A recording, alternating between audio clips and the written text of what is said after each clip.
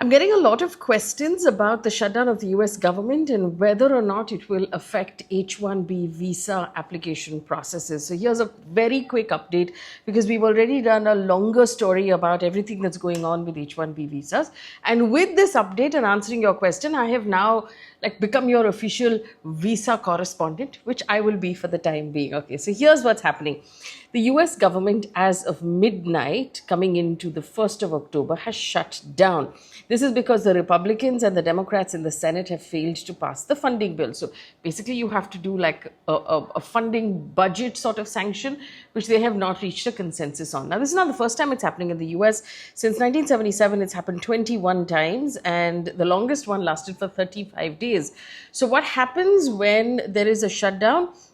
All essential services like social security, air traffic control, the police, FBI, postal service continues to run without pay. The non-essential services get sent on something called furlough, which is they get sent on leave without pay. So they're not even working. So according to Reuters, 750,000 federal workers will be sent on furlough, and the American economy will lose about $400 million every single day. So non-essential services, Center for Disease Control, national parks, health institutes will actually shut down. Air traffic will continue, but with a shorter staff. So coming to the question that you're asking, does this actually tie back to H-1B visas, and is that a challenge? Yes. Immigration lawyers say that the Labor Department, which plays a really key role, will actually be shut down, which means it stops processing. So no new H-1Bs will be filed. No job transfer or employer changes are possible in this time. No green card perm certifications can move forward at all.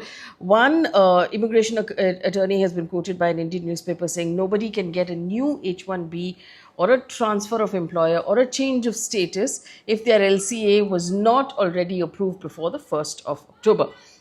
The immigration services are continuing to work, but that is actually means nothing if you don't have a Labor Department approval. So that pipeline is completely stalled. From that previous story that we did, that pipeline delays even further. So anyone with a new application waiting is going to get hit the hardest. Anyone trying to change jobs, or companies who are looking for immediate talent transfers. What's happening with the US Embassy in India? It does seem like visa services will continue, although they've said their social media will not be updated regularly. So obviously their social media employees are non-essential employees. So the bigger picture really is the pipeline for H-1B applications has come to an indefinite freeze, and this will mean it will extend the wait time for everyone. So everyone's watching to see what happens with Congress and whether or not they are able to reach some sort of consensus.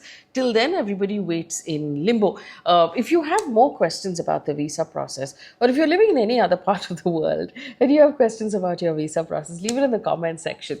I'm happy to do the service for you, and we'll try and see how many of your questions we can actually clarify, or we should get an immigration lawyer in to answer some of your questions for you. Thanks for watching.